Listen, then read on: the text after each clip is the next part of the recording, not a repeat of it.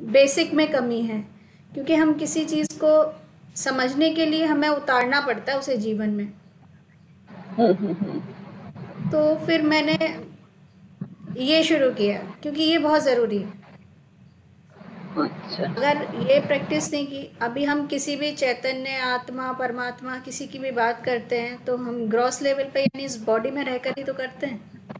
हम्म। कि हम इतने बाहर आ चुके हैं, अगर इसके थ्रू बाहर आए तो इसके थ्रू ही तो अंदर जाएंगे। हम्म। तब फिर ये किया गया। मैंने कहा पहले अच्छा। ये शुरू करते हैं। जो वास्तव में जिज्ञासु होंगे उनके लिए रास्ता बनना आगे की बात सही है, लेकिन शुरुआत में इंसान क्या सोचता है। हम लोग भी जब सुनते हैं सर को तो मैक्सिमम ऊपर वाली बातें ज्यादा सुनते हैं, जो शुरुआत के नियम नियम तो छोड़ देते हैं, बाद में सोचेंगे। बड़ी सिद्धि वगैरह आती हैं, बहुत इंटरेस्ट आता है, पब्लिक भी उसमें जुट जाती है कि हाँ भाई बड़ी बड़ी बातें हैं, साधना है और समाधि है, सिद्धि है। तो वो उसका अट्रैक्शन अलग ही होता है।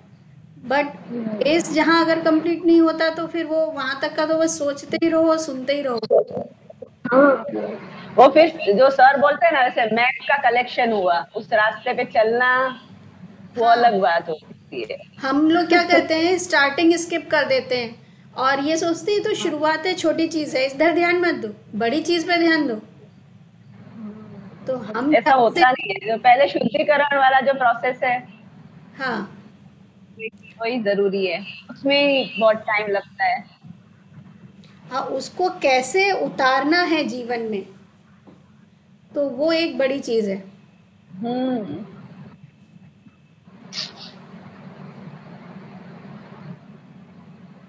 उसके लिए ही फिर मैंने कहा कि पहले जो वास्तव में चाहते हैं कुछ करना और जिन्हें है कि इस फील्ड में जाना है, तो वो थोड़ा समय दें और अपनी मेहनत करें, तो धीरे धीरे वो अपने आप से जुड़ना शुरू हो जाएंगे। उसके लिए प्राणायाम बहुत ज़रूरी है।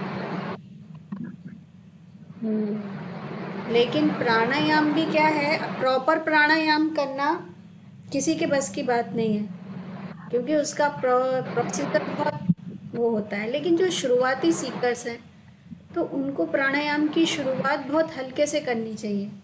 जैसे धीरे धीरे कोई एक हम लोग किसी जितनी छोटी सुई में धागा डालेंगे उतना धागा पतला लेंगे ना, एकदम से उसमें बड़ा नहीं डाल सकते। तो उसके लिए बहुत ज़रूरी है कि हम शुरुआत छोटे और हल्के लेवल पर करें, जिससे हमारे प्राणायाम का मतलब है प्राण के आयाम, ऊर्जा का फैलाव, प्राण का फैलाव। तो जब तक हमारे अंदर यही नहीं हुआ तो अवेयरनेस नहीं आएगी, जागृति नहीं आएगी। जागृति और अवेयरनेस का मतलब ये रहता है कि आप कैसे उससे किसी चीज़ को देख समझते हो।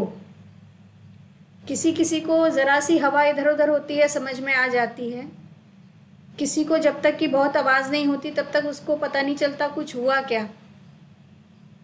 किसी को ज़रा सा पत्ता खड़का तो भी पता चल जाता है कुछ हुआ। किसी को अपने अंदर ज़रा भी हलचल हुई तो पता चल जाती है कुछ हुई, किसी को पता ही नहीं चलता। तो वो अवेयरनेस बढ़ाना बहुत ज़रूरी है।